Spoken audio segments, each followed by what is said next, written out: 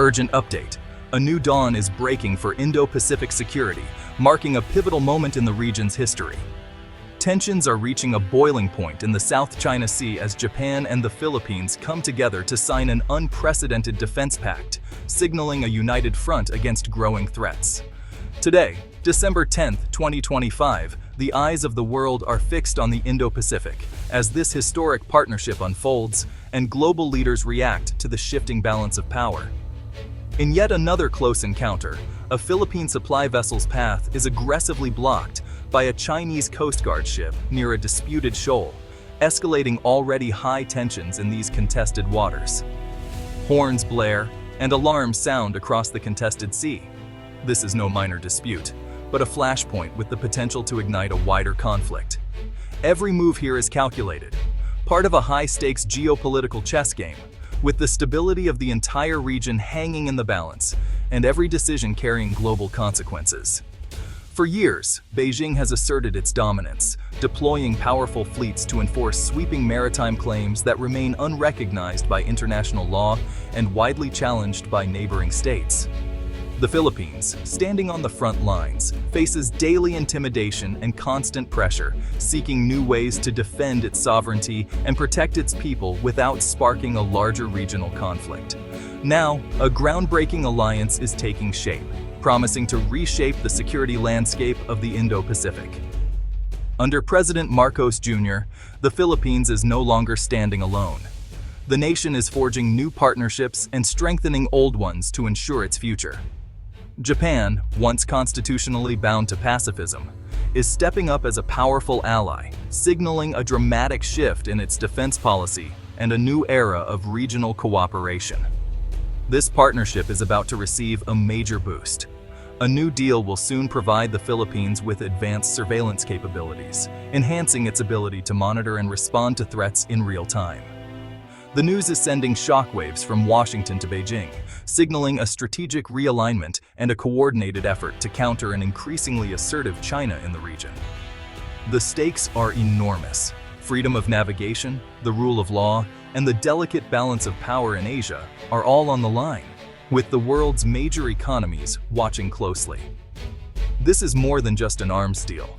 It's a bold declaration that coercion and aggression will not go unanswered, and that smaller nations can stand together to defend their rights. Manila and Tokyo are now writing a new chapter in Indo-Pacific security, one that could inspire other nations to join in safeguarding peace and stability. The world is watching as these two nations shape their own destiny, forging a path toward a more secure and cooperative future for the entire region. This is a moment for the history books, a turning point that will be remembered for generations to come. Japan has agreed to export an Advanced Command and Control, or C2, system to the Philippines.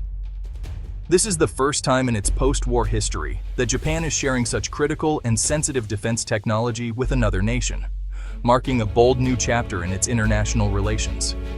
For decades, Japan's pacifist constitution strictly limited military exports, keeping its advanced technology at home.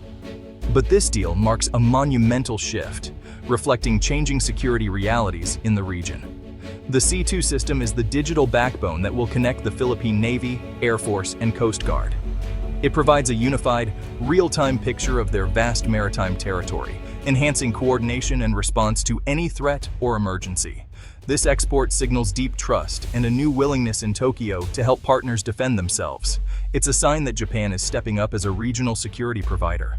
President Sanai Takaichi's proactive security doctrine sees Japan's safety as inseparable from the stability of its neighbors. Her administration is determined to build stronger ties and share responsibility for peace in Asia. By strengthening the Philippines, Japan strengthens itself. Joint exercises and technology sharing are forging a new level of military cooperation. For President Marcos Jr., this is a game changer, modernizing the armed forces, boosting morale, and building stronger alliances that will help secure the nation's future. The technology is a powerful tool for maritime awareness, giving the Philippines an edge in monitoring its waters. It's also a political message. The Philippines has capable friends ready to stand by its side. This is not just about hardware, It's the birth of a deeper, resilient security partnership that will shape the region's future. The deal is a tangible result of years of patient diplomatic effort, trust building, and shared vision for peace. It's a clear departure from Japan's cautious past, showing a willingness to adapt and take on new responsibilities. A new era of cooperation has begun, one that promises greater security, stability, and partnership for both nations and the wider region. What exactly is a command and control, or C2, system, and why is it so crucial for modern militaries? At its core, a C2 system is the backbone of military operations, but its importance goes far beyond just technology. Imagine it as the brain and nervous system of an entire military force, constantly gathering data from radar stations, ships at sea, aircraft in the sky, and satellites orbiting above. This system fuses all that information into a single, real-time picture, displayed on secure digital maps in high-tech operations centers. Commanders can instantly track every vessel and aircraft, whether friendly, unknown, or hostile, across vast stretches of sea and sky, making informed decisions in seconds. This capability is called maritime domain awareness, knowing exactly who's in your waters, what they're doing, and how to respond if needed. The C2 system also enables secure, instant communication and seamless coordination between all branches of the military, from the Army to the Navy and Air Force. For the Philippines, with its sprawling, vulnerable coastline and thousands of islands, this technology is truly transformative and game-changing. The new Japanese C2 system will unify previously fragmented operations, allowing for rapid, coordinated responses to any emerging threats or crises. In essence, it acts as a digital shield, empowering the Philippines to protect its sovereignty, its people, and its future like never before. This defense deal stands on the foundation of the Reciprocal Access Agreement, or RAA. Signed earlier this year, the RAA sets the rules for joint military exercises, training, and logistics between Japan and the Philippines. It streamlines legal and administrative hurdles, making cooperation smoother and more efficient. The RAA allows for more frequent, complex joint training and real interoperability. Only Japan's third such agreement, it places the Philippines among Tokyo's closest security partners. The RAA enables Japanese experts to help install the C2 system and train Filipino counterparts on the ground. It also paves the way for joint patrols in the South China Sea. The RAA is the legal handshake turning shared strategy into reality. This agreement is the result of years of high-level talks and trust building. Diplomats and defense officials from both nations worked quietly to align their strategic visions. The 2+2 dialogue, regular meetings of foreign and defense ministers, was key to frank discussions about regional threats, especially from China. Joint training and Coast Guard exercises built familiarity and trust. Each successful collaboration deepened the partnership. Both governments navigated complex domestic politics to build consensus for this new security role. The RAA and C2 deal are testaments to persistent diplomacy. This is how alliances are forged, step by step, relationship by relationship. The Japan-Philippines alliance is a direct response to China's growing assertiveness. Beijing's aggressive tactics in the South China Sea have pushed Manila and Tokyo closer together. The Philippines faces constant harassment in its waters. Japan faces similar pressure in the East China Sea. Both nations see themselves on the front lines of upholding international law. China's actions, meant to divide, have instead united its neighbors. The alliance is about resisting coercion and defending a free, open maritime order. China's pressure has become the catalyst for a stronger regional front. The message unity in the face of intimidation. The final pieces fell into place during a pivotal summit in Tokyo between President Marcos Jr. and President Takaichi. Their personal rapport and shared vision were crucial. Takaichi prioritized Southeast Asian partnerships, seeing the Philippines as a frontline defender of international order. She assured Marcos Jr. of Japan's commitment, providing the C2 system as a symbol of this new security posture. Marcos Jr. emphasized the need for enhanced maritime awareness, not as an offensive move, but as a defensive right.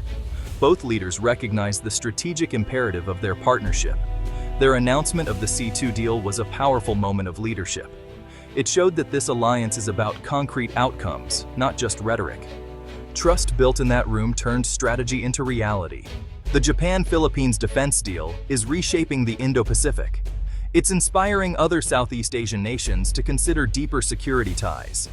The transfer of advanced technology signals major powers' commitment to regional partners. The U.S. welcomes this, seeing it as strengthening the alliance network and sharing the security burden. China, meanwhile, views the deal as provocative and may respond assertively. Yet, Japan and the Philippines moved forward, accepting friction to safeguard their interests. This marks a shift. Regional actors are willing to stand up to Beijing. The dynamics of power in Asia are fundamentally changing. The message alliances matter more than ever. The Japan-Philippines alliance is a model for modern partnerships. It was built methodically: joint exercises, equipment transfers, high-level talks, and the RAA. Each step created trust and capability, culminating in the historic C2 transfer. Leadership from Marcos Jr. and Takaichi provided the final push.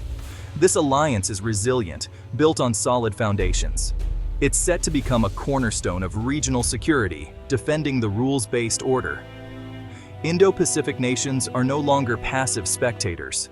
By sharing technology and building trust, they're shaping their own security. This partnership is a forward-looking investment in stability and prosperity. The future of the region is being written together.